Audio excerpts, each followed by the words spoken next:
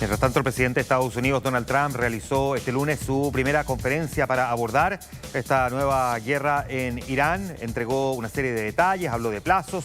Mientras se mantienen los combates y hay más países que se han visto de alguna manera o directamente afectados. De todo eso vamos a conversar con nuestro editor internacional, Pablo Cuéllar. ¿Cómo estás, Pablo? ¿Cómo estás, Juan Manuel? Muy buenas noches. Claro, es la primera conferencia del presidente de Estados Unidos, Donald Trump, donde ha explicado esta operación que se llama Furia Épica, que ha dejado ya más de 500 personas fallecidas tan solo en Irán. Un conflicto que se ha ido agudizando en las últimas horas porque cada vez son más países los que se han visto afectados directamente por bombardeos, por misiles y hasta por drones ahí en el Medio Oriente, incluso ahora en la Unión Europea. Chipre también ha sido otras naciones involucradas. ¿Qué habló Donald Trump? Ha asegurado que esta operación militar, él la tiene prevista que dure entre 4 a 5 semanas, pero si se sigue extendiendo, ellos tienen las capacidades para continuar justamente los bombardeos en la zona, y entregó una palabra que es muy importante.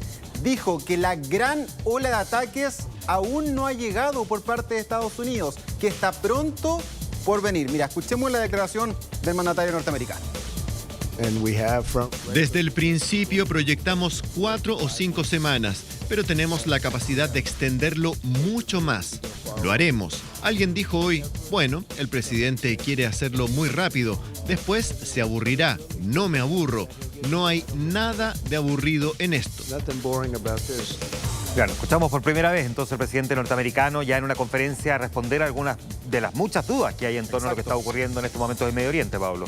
La principal razón de Estados Unidos para haber entrado a este nuevo conflicto es el llamado programa nuclear de Irán. Según Donald Trump, Irán estaba en búsqueda de construir armamento atómico, mientras que para el régimen iraní lo que ellos buscaban eran fines pacíficos con energía nuclear, tanto en materia energética como de salud. Sin embargo, hubo negociaciones en Europa que no prosperaron, se cumple el ultimátum que da Donald Trump y deciden atacar. Y mira, hoy han publicado el siguiente video, el Comando Central de Estados Unidos, que es la unidad del ejército que está a cargo de esta embestida militar, y ahí estamos viendo cómo no solamente han atacado instalaciones nucleares o del gobierno iraní, sino también aeronaves, lanzaderas, lugares donde se encuentran los misiles balísticos de Irán, que sabemos, ¿no?, es parte del principal recurso para defenderse y contraatacar esta misma ofensiva.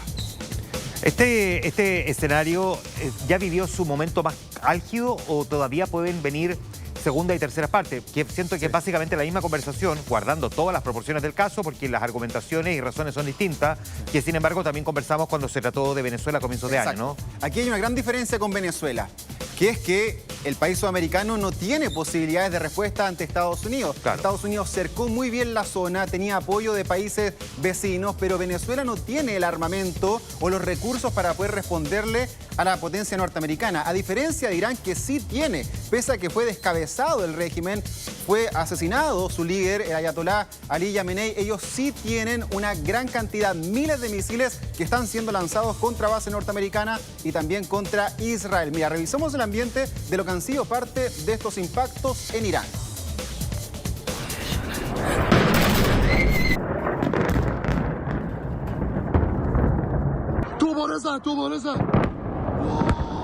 دوباره همون سمت بعدم ارزوران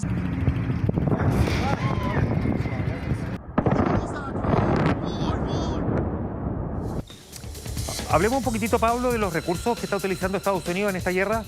Exactamente. Donald Trump envió 2 portaaviones, el Gerald Ford y el Abraham Lincoln. Además, en las bases norteamericanas hay cerca de 40.000 efectivos, pero este es el gran chiche del presidente norteamericano, que es el famoso bombardero B-2, el mismo que utilizó el año pasado para atacar las centrales o instalaciones nucleares de Irán. Nuevamente lo ha utilizado atacando con 900 kilos de carga explosiva. Es un avión que, además de ser muy llamativo por su forma, ¿cierto?, que es como un triángulo, como si fuese de película o de Batman, lo importante es su dimensión de ser prácticamente invisible. Por eso, mira, lo queremos analizar aquí. Es que se llama el Spirit, ¿no? Claro, el B-2 Spirit.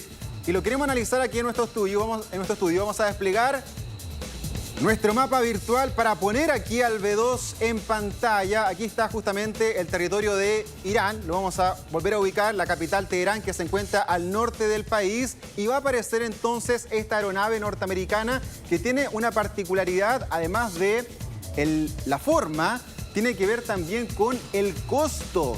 Es la nave, el avión más caro del planeta. ¿Sabes cuánto cuesta? ¿No? 2.100 millones de dólares. O sea, 2.100 millones de dólares. Son muy pocos los países que podrían darse el lujo de tener una aeronave de estas características en su flota militar. Exactamente, mira, despleguemos ahí parte de la información porque si uno dice $1 millón son 850 millones de pesos chilenos, tienen que multiplicar 850 millones de pesos chilenos por 2.200, no te cabe la calculadora y ese es el precio entonces de esta misma aeronave que, como te decía, debido a su tecnología de sigilo, es prácticamente indetectable, invisible para los radares. Puede alcanzar una velocidad de 1.000 kilómetros por hora. Y atención con esto, porque también podría llevar armamento nuclear. ¿Tiene la capacidad para llevar armamento nuclear? Tiene la capacidad para poder realizarlo. Entonces, este bombardero B2, que como te decía, es como un triángulo, no pareciera como una nave de Batman. Ya, con una velocidad de prácticamente 1.000 kilómetros por hora, estamos hablando entonces de una aeronave de características muy superiores, ¿no? Exactamente. Mira, seguimos avanzando porque Irán también ha comenzado a responder, ha realizado ataques en Kuwait, en Emiratos Árabes Unidos, en Qatar. Y esta imagen que nos llega aquí es desde Arabia Saudita. La mayor petrolera del mundo, que es Aramco, ha recibido también los estragos de drones por parte de Irán en una de sus refinerías. Esto ha complicado, Juan Manuel, parte también del tema del petróleo. Hoy día ha subido considerablemente, cerca de un 8% el precio del crudo a nivel internacional. El gas, que también se ha disparado en cerca de un 50%, por ejemplo, en Europa. Mucho del gas que se produce o que llega a ese continente viene desde Qatar, que incluso ha suspendido parte de sus operaciones. Y aquí en Chile también hemos sufrido el impacto del dólar, que también se ha elevado durante esta misma jornada.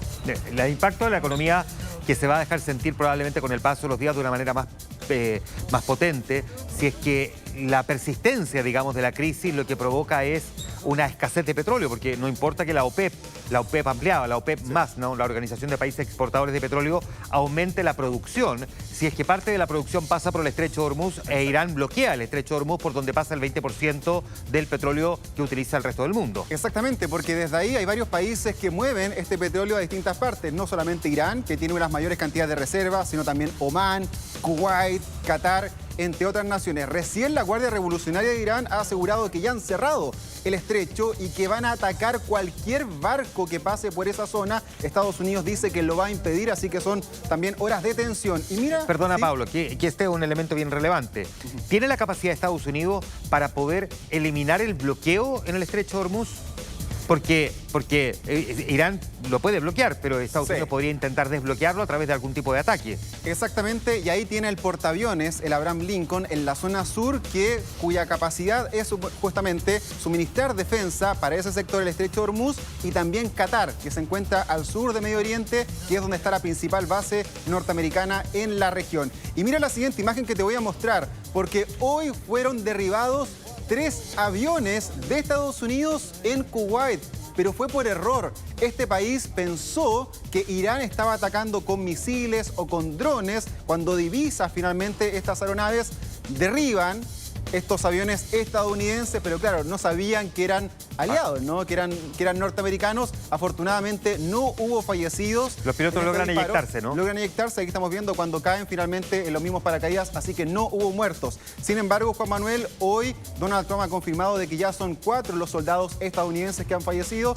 que se suman también a más de una decena de personas en Israel. En el caso de Irán, son más de 550 muertos por este conflicto. Hablemos de los países que se han visto afectados. Decíamos que se han ido incrementando en las últimas horas. Y aquí estamos marcando justamente aquellos que han recibido algún tipo de misil bomba o alguna esquirla finalmente de esto. Obviamente Irán, Israel son parte del conflicto, pero también Omán, Emiratos Árabes Unidos, Qatar, Bahrein, Kuwait, Arabia Saudita que estábamos hablando, Jordania, Irak, Siria, Chipre, ojo con eso porque es de la Unión Europea, y también el Líbano, que ha entrado en conflicto nuevamente con Israel. El grupo Hezbollah ha atacado con misiles Israel. Israel ha respondido, dejando ya más de 30 fallecidos en la nación árabe. No olvidemos que Hezbollah es respaldado por Irán. Exacto. Lo que hace Irán es que respalda a Hezbollah que opera desde el Líbano y que tiene como enemigo principal a Israel.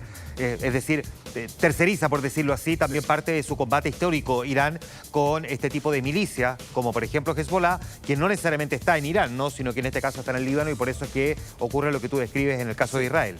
Y podría pasar algo similar con otros dos grupos que también son aliados de Irán. Los hutíes, que se encuentran aquí abajo en Yemen, y el grupo Hamas, que está totalmente diezmado después de el conflicto con Israel, que está justamente en Gaza, pero que podría prestar algún tipo de ayuda también en la zona. Visto la delicadeza de la situación de Gaza, probablemente Hamas sea un grupo muy minoritario en términos de su capacidad de respuesta o de apoyo a Irán.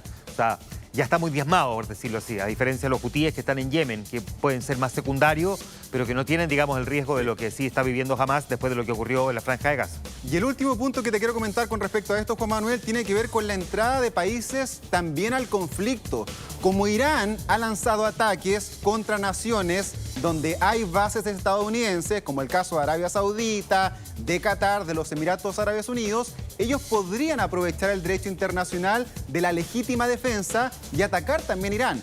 Por ahora no lo han utilizado este derecho, pero también podría ser algo totalmente legítimo en el caso de que quisieran responder. Hay una escalada, de esto podríamos no necesariamente conversar hoy, pero sí en los siguientes días, en términos de un fortalecimiento o de una alerta nuclear, porque veíamos al presidente Emmanuel Macron decir hoy, presidente de Francia, que no va a dudar en tener que utilizar armamento nuclear en caso de que sea necesario.